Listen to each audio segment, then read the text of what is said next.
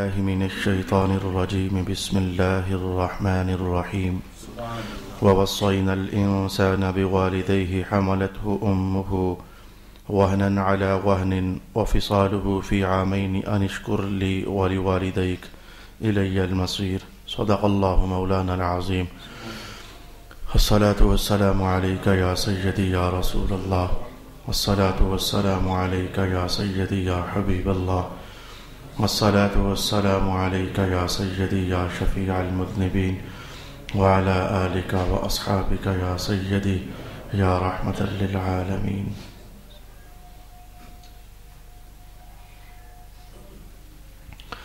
اور ہم نے انسان کو والدین کے ساتھ نیکی کرنے کا حکم دیا. اس کی ماں نے کمزوری پر کمزوری برداشت کرتے ہوئے اس کو پیٹ میں رکھا اور اس کا دودھ چھڑانا 2 برس میں ہے. اور یہ کہ تو میرا شکر ادا کر اور اپنے والدین کا تو نے میری ہی طرف لوٹنا ہے. صدق اللہ مولانا العظیم. تلاوت کردہ آیت شریفہ میں بنیادی طور پر اللہ تعالیٰ نے والدین کے ساتھ اس نے سلوک کرنے کی بات کی ہے. میں اللہ کا شکر ادا کرتا ہوں کہ یہ میرے لیے کوئی نیا عنوان نہیں ہے. سورۃ الاسراء میں جب رب کائنات نے والدین کا عنوان ارشاد فرمایا تھا وہاں مجھے یاد پڑتا ہے کہ من جملہ حقوق العباد وغیرہ سارے ملا کر 40-45 نشستیں ہم نے مسلسل سیکھنے اور جاننے کی کوشش کی تھیں. آج تو میں صرف اتنا کہہ پاؤں گا کہ ایک روایت اور آپ کی خدمت میں کہوں گا یا پھر 2 روایتیں آپ سے کہوں گا اور پھر مجھے آج اسی آیت کے ماتحت ایک اور عنوان ہے جس کو نبھانے کی کوشش کرنی ہے. پہلی بات تو یہ ہے کہ رب کائنات نے والدہ کے متعلق 3 باتیں ارشاد فرمائی ہیں. ایک بات تو یہ ہے کہ حمل والدہ کا یہ جو رسول پاک علیہ الصلوۃ والسلام نے فرمایا کہ جب پوچھا گیا مجھ پر سب سے زیادہ حق خدمت کس کا ہے تو ارشاد فرمایا ماں کا. کہا حضور پھر ماں کا. پوچھا کیا حضور پھر ماں کا. جو 3 بار ماں کا حوالہ دیا ہے اس پر بدر الدین عینی اور دیگر محدثین فرماتے ہیں کہ اس کی وجہ پیچھے قرآن حکیم ہے. اور وہ پیچھے وجہ قرآن حکیم کیا ہے؟ رب کائنات نے کہا کہ ماں نے 3 کردار ادا کیے ہیں اور ان تینوں میں سے باپ کا کردار ایک بھی نہیں ہے. وہ کردار کون سے ہیں؟ کہا کہ ماں نے مسلسل تمہیں اپنے پیٹ میں سنبھال کے رکھا ہے. یہ ایک وجہ ہے اور یہ بہت بڑی مہربانی ہے ماں کی طرف سے ہمارے اوپر. ماں نے تمہیں پیٹ میں سنبھال کے رکھا ہے. دوسری بات یہ ہے کہ ماں نے جب تمہارا وجود ماں کے وجود سے جدا ہونے لگا تھا تو موت کو چھو کر آئی تھی. اتنی تکلیف اس نے سہی. یہ جو میں نے کہا موت کو چھو کر آئی تھی یہ رسول پاک علیہ الصلوۃ والسلام کے بیان کا کشیدہ ہوا ایک لفظ ہے. آپ حضور نے فرمایا کہ اس حالت میں عورت مر بھی سکتی ہے اور اگر مر جائے تو اللہ اس کو مقام شہادت عطا فرماتا ہے. تو دوسری شدت جو ماں نے اٹھائی ہم بچوں کی خاطر وہ یہ ہے. اور تیسری بات یہ ہے کہ رب کائنات نے فرمایا وفصالہ عامین 2 سال پورے تم اپنی ماں کو نچوڑ کر کھا پی جاتے ہوتے تھے. جو کچھ بھی وہ کھاتی تھی تو وہ سارا نچوڑ کر تم کھا جاتے ہوتے تھے. مطلب یہ ہے کہ دودھ کی صورت میں تو 3 باتیں کہیں. پیٹ میں رکھنا یہ باپ کا کام نہیں اور پھر 2 وجودوں کا الگ ہو جانا ایک نئی زندگی کا وجود میں آ جانا یہ بھی معاملہ اللہ نے ماں کے ساتھ رکھا. اور تیسری بات یہ کہ 2 سال تک مسلسل اپنا خون جگر دودھ بنا کر تجھے پلاتی رہی. یہ 3 باتیں تبھی رسول پاک علیہ الصلوۃ والسلام سے جب پوچھا گیا پہلا حق فرمایا ماں کا. کہا دوسرا کہا پھر بھی ماں کا. تیسرا پھر بھی ماں کا. چوتھا کہا اب ابا جی کا. کیونکہ ماں جب یہ تینوں پروسیس گزار چکی تھی ابا جی کی ڈیوٹی اب شروع ہوئی تھی. پڑھانا تعلیم کپڑے یہ وہ ڈیوٹی بعد میں شروع ہوئی تھی. تو چوتھا مقام جو ہے رب کائنات نے والد گرامی کو عطا فرمایا. میں کہتا ہوں کہ اس میں والد لوگ جو ہیں انہیں کچھ ڈس ہارٹیڈ ہونے کی ضرورت نہیں ہے کہ ہم اتنے ہی پیچھے ہیں. رسول پاک علیہ السلام کی شان عطا شان نوازش بتائی ہوئی ہے. کسی زمانے میں ایک باپ نے کہا تھا کبھی ہماری بات بھی کر دیا کرو. میں نے کہا جتنی حضور فرمائیں گے اتنی تو میں کر دیتا ہوں اس سے زیادہ میں کدھر کروں. کہنے لگا کیا؟ میں نے کہا رسول پاک علیہ السلام نے فرمایا ماں کے پیروں کے تلے اگر جنت اللہ نے رکھی ہے نا تو اس جنت کا دروازہ تو اللہ نے باپ کو بنایا ہوا ہے. خوش ہو گیا اس کا دل ٹھنڈا ہو گیا. ہمیں آج انسانوں کو خوش نہیں کرنا. میں آج اس کو ایک روایت آپ کے سامنے بیان کرنا چاہوں گا کیونکہ میرا اگلا جو عنوان ہے وہ شاید میں زندگی میں پہلی ہی بار بیان کرنا چاہ رہا ہوں. اس کے بیان کرنے میں مجھے ہچکچاہٹ بھی ہے تھوڑی سی جھجک بھی ہے، میں بیان کر دوں گا کہ ہچکچاہٹ کی وجہ کیا ہے اور جھجک کی وجہ کیا ہے، بیان کر دوں گا۔ تو ایک عنوان آ گیا ہے آج کی نشست ہی میں، آج میں اسے جس قدر ممکن ہو سکے گا نبھانے کی کوشش کروں گا۔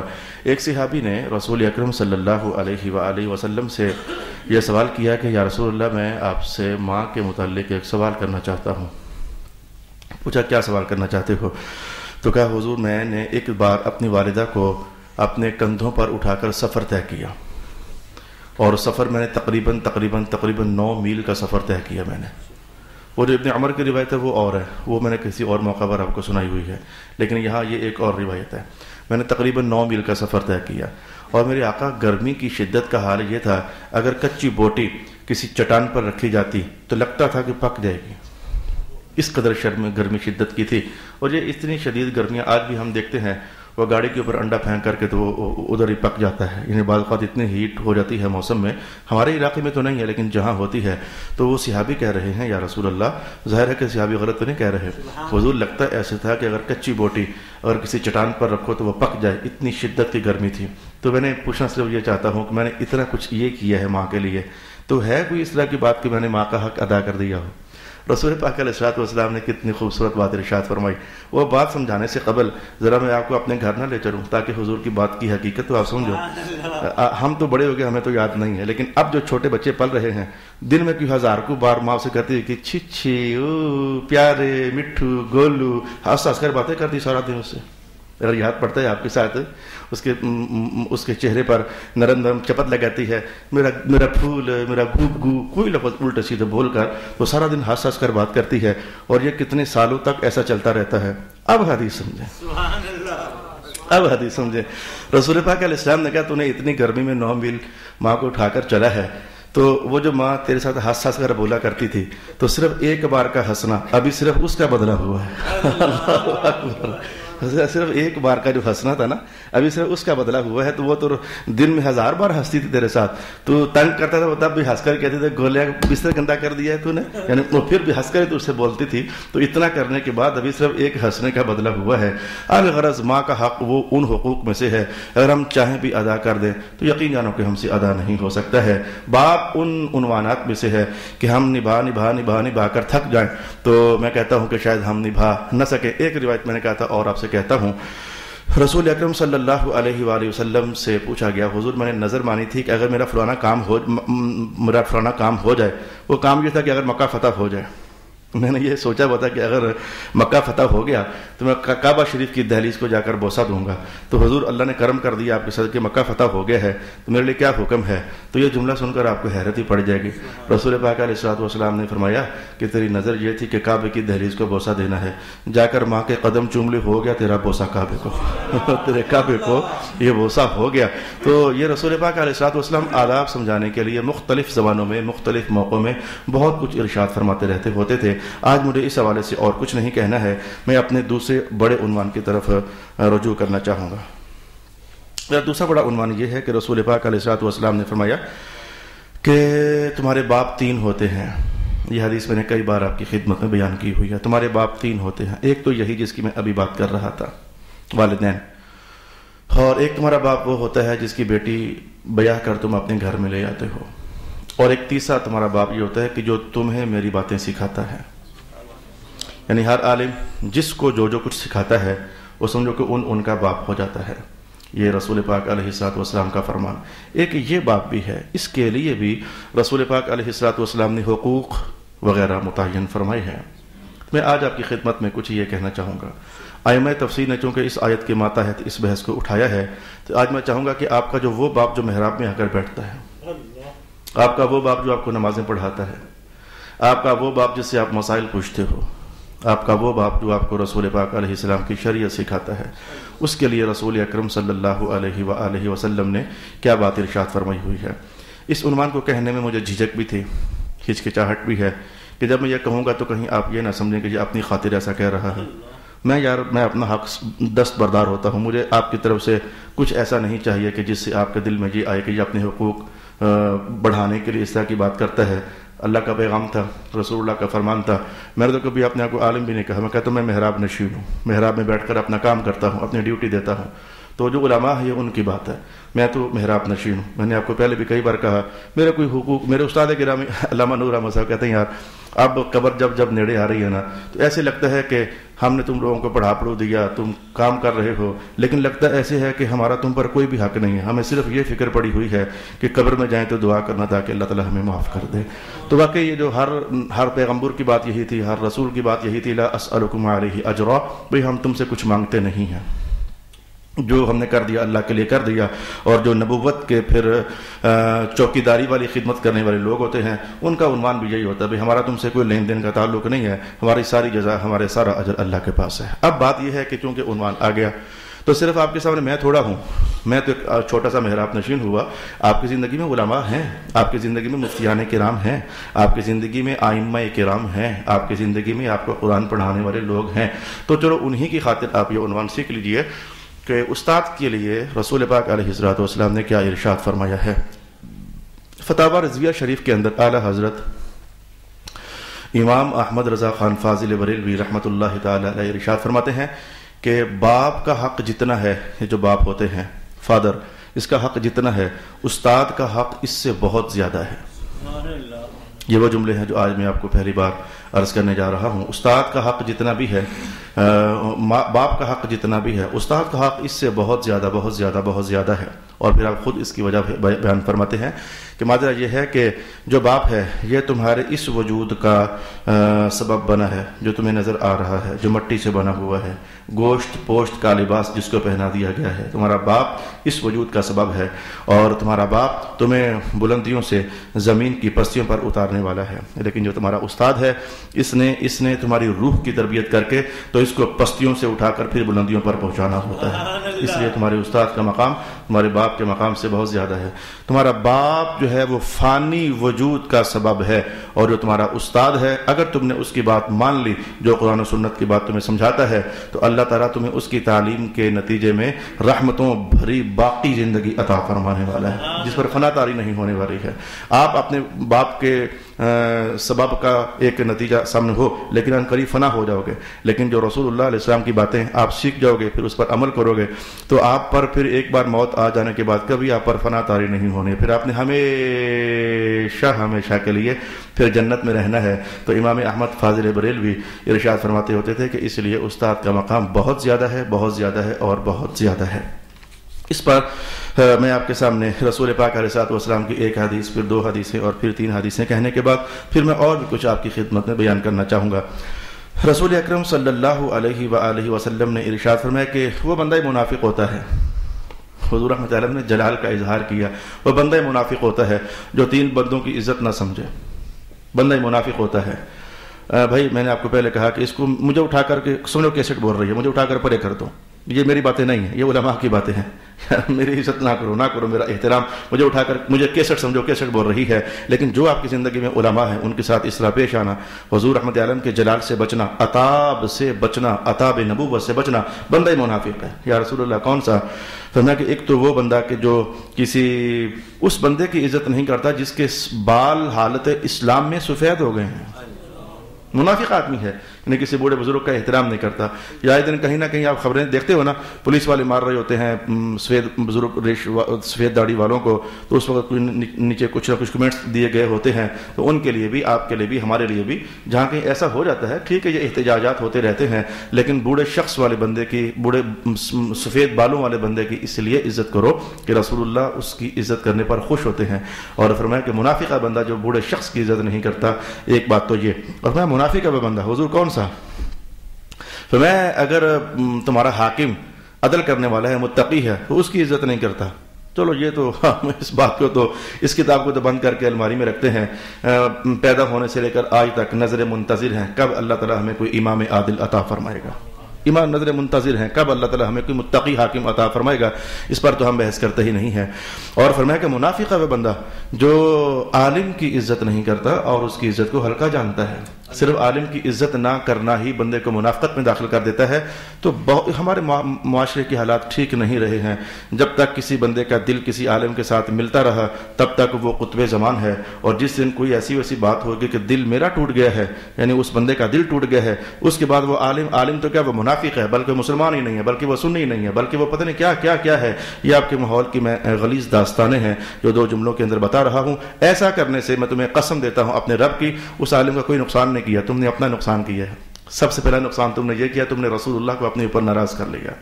اور دوسرا نقصان تم نے یہ کیا کہ ایسا کر کے تم نے عملی طور پر منافق ہونے کا اظہار کر دیا ہے. اور یہ کوئی کسی مولوی صاحب کا فتویٰ نہیں ہے، یہ رسول اکرم صلی اللہ علیہ وآلہ وسلم کی بات ہے. کل میں کسی جگہ بات کر رہا تھا تو میں نے کہا دیکھو یار، یہ جو باپ ہوتے ہیں نا، یہ ماں باپ لوگ ہوتے ہیں، صرف یہی ہوتے ہیں اور بس ان کے سوا اور کوئی نہیں ہوتا.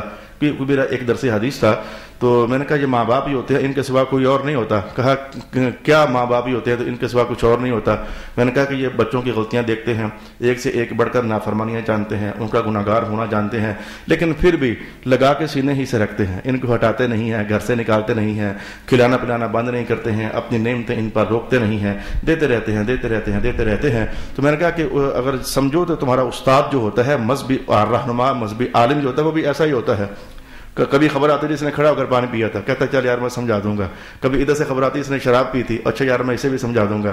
کوئی اگر کہتا ہے اسے سمجھاؤ نا جی، یہ کل مجرا دیکھنے گیا تھا، یار میں نے پہلے بھی سمجھایا، وہ چل پھر اس کو سمجھا دوں گا. تم سارے یہ رنگ برنگی حرکتیں کر کے، کتنے علماء کو حرکتوں کا پتہ بھی ہوتا ہے لیکن وہ سینے سے لگا کے رکھتے ہیں کسی طریقے سے حضور کی امت جنت میں داخل ہو جائے. تو یہ سینے سے لگانے والے لوگ ہوتے ہیں. ان کی ایک ایک بات اگر تمہارے دل میں اور عمل میں اتر جاتی ہے تو ایک ایک بات تمہیں جنت کے دروازے تک چھوڑ کر آنے والی ہوتی ہے. تو رسول پاک علیہ الصلوۃ والسلام نے فرمایا کہ منافق ہوتا ہے جو اپنے عالم کی عزت اور احترام نہیں کرتا ہے. پھر جناب ابو امامہ باہلی فرماتے ہیں کہ رسول اکرم صلی اللہ علیہ وآلہ وسلم نے ارشاد فرمایا کہ اگر صرف ایک آیت کی تعلیم کوئی شخص دے، صرف، یہ مشہور ہے کہ جناب علی پاک کا قول ہے، تو میں کہتا ہوں جناب علی پاک کے جتنے بھی اقوال ہیں سارے حضور کے علوم کی خیرات ہیں. سبحان اللہ، یعنی وہ بات ٹھیک ہے، جناب علی پاک نے بھی اپنے مقام پر فرمایا ہوا ہے. تو جناب حضرت علی کا سارا علم آیا کدھر سے ہے؟ سرکار دو عالم علیہ الصلوۃ والسلام کا دیا ہوا علم ہے. تو لہذا چاہو تو یہ کہہ لو تو بھی ٹھیک ہے، اور چاہو تو یہ کہہ لو تو بھی ٹھیک ہے. یہ جناب علی نے فرمایا بالکل ٹھیک ہے، اور چاہو تو یہ کہہ لو جناب رسول اللہ نے فرمایا تو بھی ٹھیک ہے، بات تو ایک ہی ہے. تو لہذا رسول پاک علیہ الصلوۃ والسلام نے فرمایا کہ جو تمہیں صرف ایک آیت سکھا دے وہ تمہارا آقا ہے، تم اس کے غلام ہو، حدیث کے الفاظ. اور پھر آپ نے فرمایا کہ پھر تم کبھی اپنے استاد کو نا امید نہ کرنا. اس جملے کو آپ اپنی سینس میں، اپنے حساب میں جہاں جو سمجھ سکتے ہو سمجھو. اپنے آپ کو، اپنے استاد کو کبھی اپنے آپ سے نا امید نہ کرنا. میں صرف حدیث کا ترجمہ آپ سے کہتا ہوں. اور دوسرا یہ ہے کہ اپنے آپ کو کبھی اپنے استاد پر ترجیح نہ دینا. یہ کہنے کو ایک جملہ ہے لیکن جان لو یہ جملہ نہیں ہے. اس جملے کا دروازہ کھولو، اندر پورا شہر بسا ہوا ہے. اپنے آپ کو کبھی اپنے استاد پر ترجیح نہ دینا. کھانے پینے سے لے کر، بیٹھنے سے لے کر، چلنے سے لے کر، سفر طے کرنے سے لے کر، جب تم اور تمہارا استاد جب کبھی زندگی کے کسی بھی عنوان میں اکٹھے ہو جائیں تو پیچھے یہ استاد آگے ہی ہے. یعنی اپنے اوپر کبھی بھی کہیں بھی، میں کہتا ہوں بعض شاگرد افسر لگ جاتا ہے لیکن اس کا استاد اتفاق سے کہیں کام اس کے دفتر میں آ جاتا ہے تو دور سے دیکھ کر جان بوجھ کر چہرہ گھما کر کے اپنے کام میں نہ لگ جاؤ. مجھے پتہ ہے، میں چونکہ معاشرتی کہانیاں جانتا ہوں نا، تو وہ دیکھنے کے بعد جان بوجھ کر، یہ چلتے پھرتے جب کبھی تم نے سلام نہیں کرنا ہوتا تو دور سے دیکھ لیتے ہو کہ حضرت آ رہے ہیں، کوئی بھی حضرت آ رہے ہیں، لیکن جان بوجھ کر بہانہ مارتے ہو جھوٹا، جیسے میں نے کوئی اہم شے دیکھ رہا ہوں تو ادھر دیکھتے دیکھتے گزر جاتے ہو. یار میں بس نہ کوئی شے دیکھ رہا تھا، اتنی دیر میں تو گزر گیا، مجھے پتہ نہیں چل سکا. جھوٹ بول رہے ہوتے اور اپنے منافق ہونے کا ثبوت پیش کر رہے ہوتے ہو. میں ایسے لوگوں کو جانتا ہوں، میں بڑی صبر کرتا ہوں، خاموش رہتا ہوں، برداشت کرتا ہوں، لیکن میں ایسی کہانیاں آپ کے سامنے بیان اس لیے کر رہا ہوں تاکہ آپ قرآن و سنت آج اس عنوان کو سیکھ رہے ہو. کم از کم آپ ایسے منافق نہ بنو، کم از کم آپ ایسے عملی منافق نہ بنو. تو رسول پاک صلی اللہ علیہ وآلہ وسلم نے فرمایا کہ اپنے استاد کو اپنے اوپر ترجیح دو، اور اگر تم ایسا نہیں کرو گے، اگر تم اپنے عالم کو اپنے اوپر ترجیح نہیں دو گے تو پتہ کیا ہو جائے گا، تم نے اسلام کی گروہوں میں سے ایک گرہ کھول دی ہے. پھر اب اس جملے کا کیا معنی ہوگا رسول اللہ صلی اللہ علیہ وسلم بہتر جانتے ہیں، محدثین نے بیان کیا ہوا ہے، لیکن میں صرف ترجمہ کرتے ہوئے آگے بڑھنے لگا ہوں کہ اسلام نے جو تمہیں چاروں طرف سے کسا ہوا تھا، تنیاں تمہاری باندھی ہوئی تھی، تو جب تم نے کسی عالم کا احترام نہیں کیا ہے تو سمجھ جاؤ تم نے اسلام کے گروہوں میں سے ایک گرہ پھر کھول دی ہے. پھر رسول اکرم صلی اللہ علیہ وآلہ وسلم نے فرمایا کہ اپنے علماء کے سامنے تواضع اور انکساری سے پیش آیا کرو. سینہ تان کر پیش نہ آیا کرو، زبان درازیاں کرتے ہوئے پیش نہ آیا کرو، نظروں سے گھورا نہ کرو۔ ایک بار امام اعظم نے کہا تھا ہم سے سیکھ کر ہمیں ہی آنکھ دکھاتے ہو۔ امام اعظم ابو حنیفہ ایک مسئلہ ہو گیا تھا، وہ طلباء کو میں نے پڑھایا ہوا ہے، ہم سے سیکھ کر ہمیں ہی آنکھیں بتاتے ہو۔ کتنے پبلک کے لوگ 10 سال انہوں نے مجھ سے قرآن سیکھا اور قرآن مجھ سے سیکھ کر مجھے فتوے مجھ پر جاری کرتے ہیں، اگر جو ان کے فتووں سے مجھے کوئی فرق نہیں پڑتا، پرواہ نہیں پڑتی، فتوے مجھ سے سیکھ کر، علم مجھ سے سیکھ کر اب آج میں ہی سنی نہیں ہوں، اعوذ باللہ من الشیطان الرجیم، اور آج میں ہی گستاخ رسول بنا ہوا ہوں۔ ایسے منافقوں کے سامنے یہ آج لفظ اس لیے بول رہا ہوں کہ رسول اللہ نے ارشاد فرمایا، وغیرہ میں اظہار ہی نہیں کرتا ہوتا، مجھے اس سے غرض ہی نہیں ہے، میرا معاملہ اللہ کے ساتھ ہے، میں نے جو کہا اللہ کے خاطر کہہ دیا۔ تو امام اعظم کا قول ہے کہ ہمیں سے سیکھ کر ہمیں سکھاتے ہو، اب تو علماء کے سامنے تواضع کرو، علماء کے سامنے انکساری کرو۔ یہ رسول پاک صلی اللہ علیہ وآلہ وسلم کا قول مبارک میں نے آپ کی خدمت میں پیش کر دیا۔ پھر جناب حضرت عمر رضی اللہ تعالیٰ عنہ فرماتے ہیں کبھی استاد پر حکم نہ چلاؤ، کبھی استاد پر حکم نہ چلاؤ۔ یہ کیا ہوتا ہے میں آپ کو یوں بتا دیتا ہوں، اس کو یوں سمجھیں کہ بعض اوقات چلو اس وقت نا مسئلے کی نوعیت کو جاننے کے لیے آپ اور میں ذرا آمنے سامنے ہو جاتے ہیں مسئلے کی نوعیت کو جاننے کے لیے۔ دیکھو بھائی میں نے ایک جگہ ٹائم دیا ہوا ہے، درس حدیث دینے جا رہا ہوں، آپ نے عین اس ٹائم پر کہا استاد صاحب میرے گھر میں ختم ہے ادھر آؤ جی، میں نے کہا یار میں نے ٹائم دیا ہوا ہے، نہیں پھر یہ غلط بات ہو جائے گی، پھر یار میں نے وعدہ کیا ہوا ہے حضرت، پھر یہ ناراضگی بن جائے گی، پھر یہ ہے بے وقوفیاں، یہ ہے بے وقوفیاں۔ حکم چلاتے ہو استادوں کے اوپر، اپنے علماء پر حکم چلاتے ہو، وہ اپنا سچا اجزا کو اپنا حقیقت بیان کر رہا ہے، میں نے پہلے وعدہ کیا ہوا ہے میں نے ادھر جانا ہے، نہیں پھر حضرت یہ پھر ناراضگی والی بات بن جائے گی۔ جو اس طرح کے نکمے قول کرتے ہو نا، اس بات کی طرف جناب عمر ارشاد فرماتے ہیں کہ استادوں پر حکم نہ چلایا کرو اور استادوں کے معاملے میں جہالت والی حرکتیں نہ کیا کرو۔ جناب عمر رضی اللہ تعالی عنہ کا قول میں نے آپ کی خدمت میں بیان کر دیا، اور ذرا بادشاہ علم کی 2-4 باتیں آپ کو سنا دوں۔ جناب علی رضی اللہ تعالی عنہ کی، انہوں نے اس عنوان کو ائمہ تفسیر نے سمجھایا کہ انہوں نے اس عنوان کو کیسے نبھایا ہے۔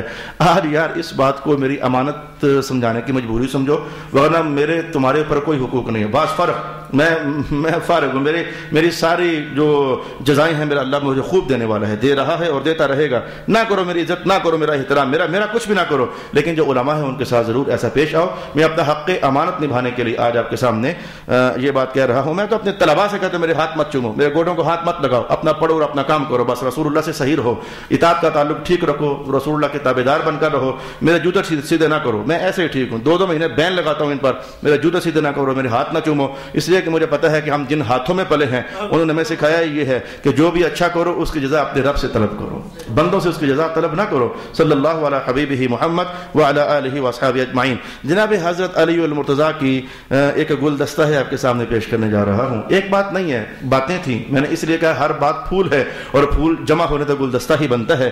جناب علی کی تعلیم کے حوالے سے استادوں کے معاملات میں آپ کو آپ فرماتے ہیں کہ جب کسی مجلس میں داخل ہو جاؤ، لوگ بیٹھے ہوئے ہیں اور عالم بھی بیٹھا ہوا ہے، تو لوگوں کو عموماً سلام کر کے تو علماء کو اسپیشل خصوصاً سلام کرنے جاؤ، منافق بن کر مت بیٹھو، یعنی آئے ہو تو استاد ہمارا بیٹھا ہوا ہے تو بس چونکہ دل نہیں مل رہا آج کل، السلام علیکم پڑے ہو کے بیٹھ گئے، منافقت کا ثبوت دے دیا، السلام علیکم، تاکہ آگے جا کے مرنا نہ پڑے، آگے جا کے مرنا نہ پڑے استاد کے سامنے۔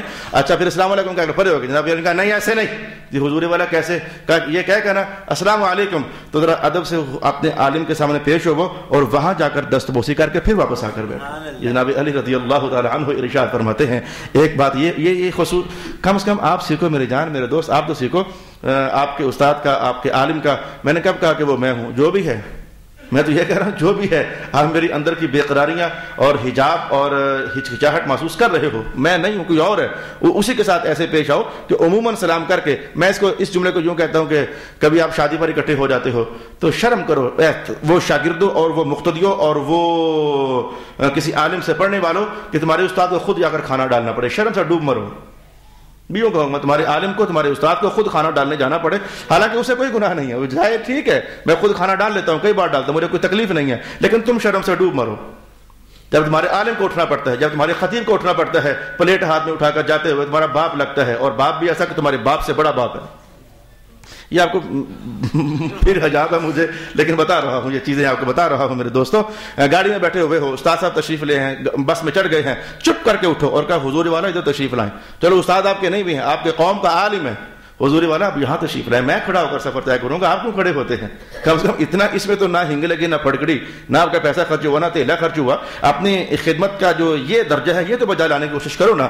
وغیرہ خدمت 3 طرح کی ہوتی ہے، مالی ہوتی ہے، بدنی ہوتی ہے، روحانی خدمت ہوتی ہے. مالی خدمت نہ کرو یار، نہیں کرتے تو، لیکن یہ اپنے علماء کی بدنی خدمت، روحانی خدمت، دعائیں کرنا، بدنی خدمت، یہ اس طرح کے سٹیپس جو میں نے آپ کو بتا دیے، ان کو نبھانے کے حوالے سے اہتمام. اور پھر میں کہ تم جا کر ان کے سامنے بیٹھو، تمہارا کوئی عالم بیٹھا ہوا ہے، جگہ میسر ہے، تو کوشش کرو کہ جا کر ان کے سامنے بیٹھو، اس لیے کہ روشنی سے جتنا قریب ہو جاؤ گے اتنے ہی زیادہ منور ہو جاؤ گے. جناب علی کی باتوں کو سمجھو. اور پھر آپ نے فرمایا کہ استادوں کے سامنے بیٹھ کر نہ ہاتھوں سے اشارے کرو نہ آنکھوں سے اشارے کرو. میں نے ایسے لوگ دیکھے ہوئے اپنے پیروں کے سامنے بیٹھ کر لگے ہوتے ہیں، پیر صاحب تشریف فرمائے ہیں تو ایسے بتا ایفیشنسی، ایکسٹرا ایفیشنسی، یعنی ہم ہیں نا حضرت، یہ دکھانے کے لیے.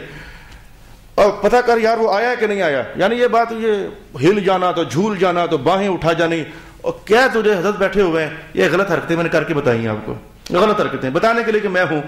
یار کیا تو ہے، کیا تو ہے، تو جاہل ہے. اور تو کیا ہے، تو نے اپنے جو ہونے کا احساس بتا دیا ہے نا، یہ تو کوئی خاص شے نہیں نکلی، تو جاہل نکلا ہے. تجھے پتہ نہیں کہ عالم کی بارگاہ میں بیٹھنے کی آداب کیا ہے. اچھا جناب علی فرماتے ہیں ایک یہ بات ہے. اور فرمایا کہ جب وہ ایک اور بات سنو، جناب علی فرماتے ہیں اگر تمہارا عالم کی مسئلہ بتائے تو ادھر اس سامنے بیٹھ کر نہ کہو جناب میں نے ان سے سنا تھا وہ تو یہ کہتے تھے.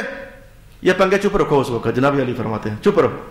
ایسا کہنے سے ہو سکتا ہے کہ واقعی بات اس کی ٹھیک ہو، لیکن تو اپنے استاد کی بے عزتی کا سبب تو بن گیا نا. یہی بات الگ سے ہو کر کے حضور والا میں نے یہ مسئلہ ہے کیسے، یعنی آپ نے آج یوں ارشاد فرمایا ہے تو مجھے خیال پڑتا ہے شاید یہاں مجھے سننے میں غلطی نہ لگ گئی ہو، طریقہ بتا رہا ہوں، سننے میں غلطی نہ لگ گئی ہو تو میں نے کسی اور محفل میں شاید بیٹھا ہوا تھا تو پتہ نہیں مجھے غلطی لگ گئی ہے. انہوں نے تو یہ مسئلہ یوں عرض کیا تھا لیکن تنہائی میں ہو کر کے. ادھر ہی محقق نہ بنو کہ وہ فلانے عالم تو یہ کہتے ہیں، یہ تمہارے اندر بھی کئی لوگوں کی آتے ہیں تمہاری آتے ہیں، فلانے صاحب تو یہ کہتے ہیں. حالانکہ میں نے کبھی اظہار نہیں کیا کہ تم یہ غلط کر رہے ہو، کیونکہ مجھے پتہ ہے کہ میرے آداب ہیں ہی نہیں، کیونکہ میں جانتا ہوں کہ میرے آداب ہیں ہی نہیں ہیں. میں خاموش ہوتا ہوں، صبر کرتا ہوں، لیکن میرے ساتھ نہ صحیح، میں تو ہمیشہ کی طرح اب بھی صبر کر لوں گا، لیکن جناب علی کے فرمان کی روشنی حاصل کرو کہ انہی سے پڑھ کر انہیں کو فتوے نہ دکھاؤ، انہیں سے پڑھ کر انہیں کو فتوے نہ دکھاؤ. تو آپ نے فرمایا کہ ان کے سامنے، استادوں کے سامنے کسی اور کی غیبت نہ کرو، ان کا دل دکھے گا. جناب حسن نہیں، کوئی اور بزرگ کے پاس ایک بندہ آیا اور آ کر کہنے لگا فلانا آپ کو برا کہہ رہا تھا. کہا اس نے مجھے ستایا نہیں، تو نے مجھے ستایا ہے. وہ تو کہہ کر چلا گیا جہاں جانا تھا، مجھے پتہ ہی نہیں تھا، میں زندگی خوش گزار رہا تھا، تو نے آ کر تیر مارا ہے میرے دل میں. تو استادوں کے سامنے تمہیں وہ یہ کہہ رہا ہے، وہ یہ کہہ رہا ہے، خاموش رہنے کی عادت ڈالو. اپنے علماء کے سامنے خاموش رہنے کی عادت ڈالو. یہ تیلیاں مت لگاؤ. یہ تمہارے تمہارے کرتوتوں کی وجہ سے کئی علماء آپس میں ناراض ہو چکے ہیں، تمہارے کرتوتوں کی وجہ سے، کالے کرتوتوں کی وجہ سے. ادھر کی بات جا کر ادھر لگاتے ہو، ادھر کی بات آ کر ادھر لگاتے ہو، تو پھر کیا ہوا؟ پھر چسکا لگا اور پھر اس کے دل میں خیال برا آ گیا، اس کے دل میں برا خیال آ گیا. تو میں تمہیں ہر سچی بری اچھی بات بتاتا رہا، تمہارے کالے کرتوتوں کی وجہ سے کئی علماء آپس میں ناراض ہو چکے ہیں. اچھا جناب علی نے فرمایا کہ کسی کی غیبت نہ کرو اور استادوں کے سامنے، علماء کے سامنے یوں بھی نہ کرو. ادھر آؤ، یوں بھی نہ کرو. یہ سرگوشی میں نے عملاً کر کے بتا دیا. یہ سرگوشیاں استاد کے سامنے نہ کرو. یہ آداب سیکھنا صحابہ سے سیکھو. یعنی یہ ساری باتیں آئی ادھر سے ہیں. جناب علی فرماتے ہیں کہ ہم تو حضور کے دربار میں یوں بیٹھا کرتے تھے، سر جھکے ہوتے تھے، نظریں خبیدہ ہوتی تھیں. جب کبھی حضور کسی اور سے بات کرتے پھر ہم زیارت کرتے. سبحان اللہ. جب حضور ہمیں دیکھ رہے ہوتے ہماری ادب کی نظریں جھک جاتی ہیں ہماری. اور پھر اتنا جم کر بیٹھتے تھے کہ ایسے لگتا تھا کہ جیسے ہم لکڑی کا مڈ ہے، ہمارے سر پر ایک پرندہ بیٹھا ہوا ہے، اگر ہم نے تھوڑی کی بھی حرکت کی کہیں اڑ نہ جائے. ہمارا حضور کے سامنے بیٹھنے کا انداز یہ ہوتا تھا. یہ سرگوشیاں کرنا، یہ باہیں اٹھانا اور یہ آنکھوں کے ساتھ اشارے، جناب علی فرماتے ہیں کہ ایسا نہ کرنا. اور پھر آپ نے فرمایا کہ کبھی استاد کے کپڑے کو نہ پکڑنا، کبھی استاد کے کپڑے کو نہ پکڑنا. اچھا پھر فرمایا کہ جب استاد کا دل نہ ہو بیٹھنے کا تو زبردستی اسے بیٹھنے پر مجبور نہ کرنا. جب تک ان کا دل ہو تو ان کے پاس بیٹھنا، جب ان کا کوئی دل اکتا جائے تو خود محسوس کرنا اور اچھا حضور والا مجھے اجازت ہے، اٹھ کر چلے جانا. یہ نہیں کہ 6 مہینے اگر ان کے پاس بیٹھے رہو. اور پھر چونکہ وقت کم ہے اور میں نے اسی نشست میں جو کہنا ہے کہہ دینا ہے، میں اس کو اگلے عنوان میں شاید نہیں لے کر جانا چاہوں گا. پھر جناب علی فرماتے ہیں کہ استاد ایسے ہے جیسے کھجور کا درخت، اس کے سامنے نیچے بیٹھو تو جولی پھیلا کر بیٹھے رہو، دیکھو کب کوئی کھجور گرتی ہے. جناب علی فرماتے ہیں عالم کے سامنے بیٹھ کر بس انتظار کرو کھجور کب کوئی گرتی ہے، مانا جائے کہ وہ کب کوئی بات ایسی کرتا ہے کہ موتی رول کر رکھ دیتا ہے.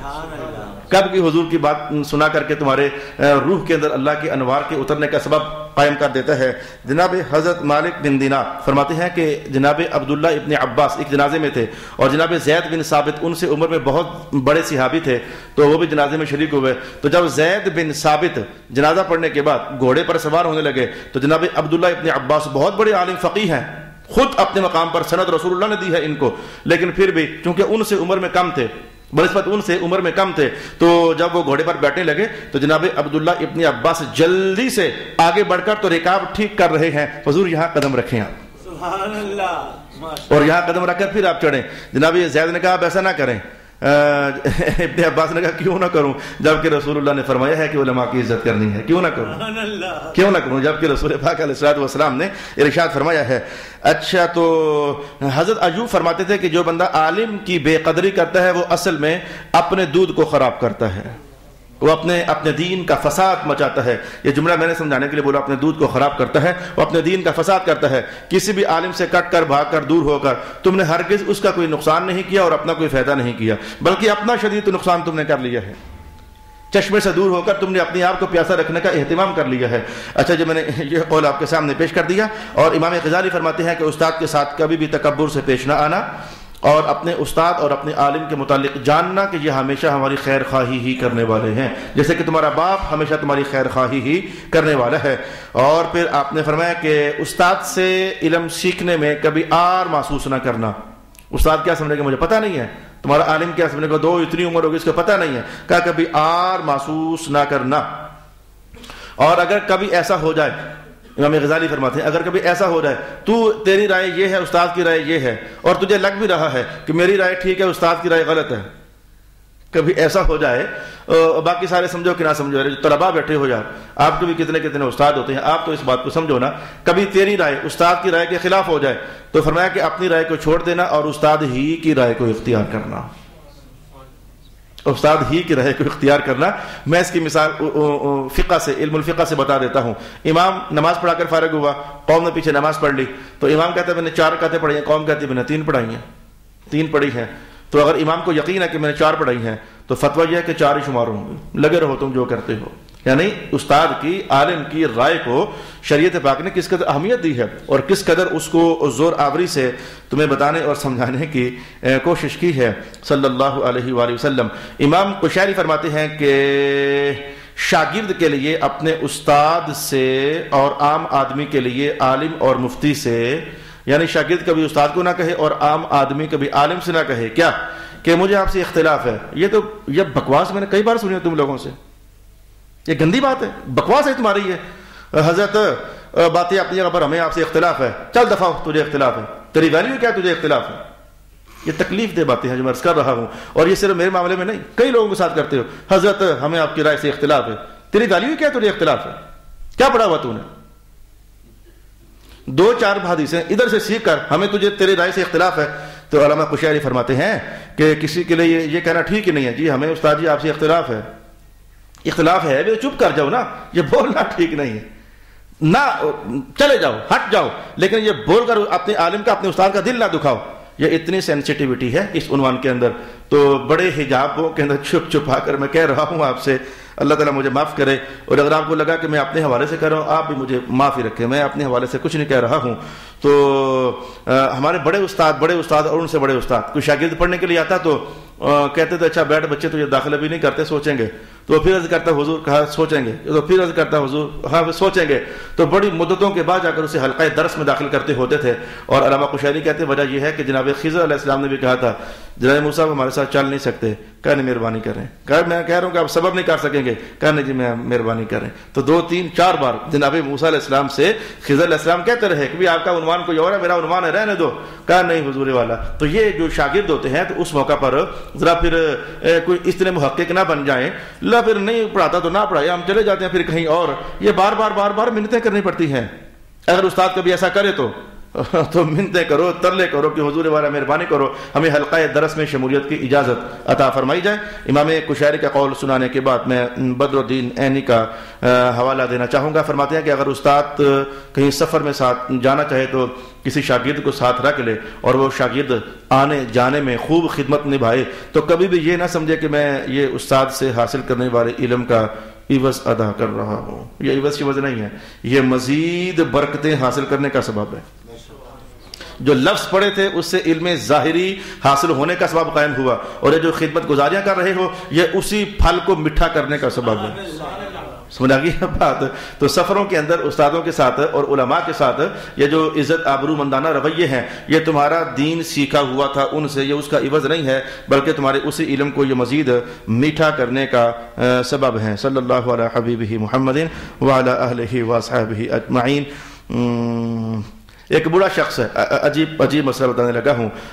حافظ ابن عبد البر نے اس مسئلے کو نقل کیا۔ ایک بوڑھا شخص ہے اور ایک نوجوان عالم ہے، تو فرماتے ہیں کہ جو نوجوان عالم ہے بھلے وہ نوجوان ہے، اس کا مقام اس بوڑھے شخص سے زیادہ ہے، کیونکہ اس کے دل میں جو وہ بوڑھا شخص ہے اس کو رسول اللہ کے اس قول کا فیض صرف حاصل ہے کہ اس کا احترام کرو، اور اس عالم کے سینے میں رسول اللہ کی ہزاروں حدیثیں چھپی ہوئی ہیں۔ اس عالم کے سینے میں رسول اللہ علیہ السلام کے فیوزات کا ایک پورا شہر آباد ہے۔ یہ ایک اور بات میں نے آپ کے لیے بیان کر دی۔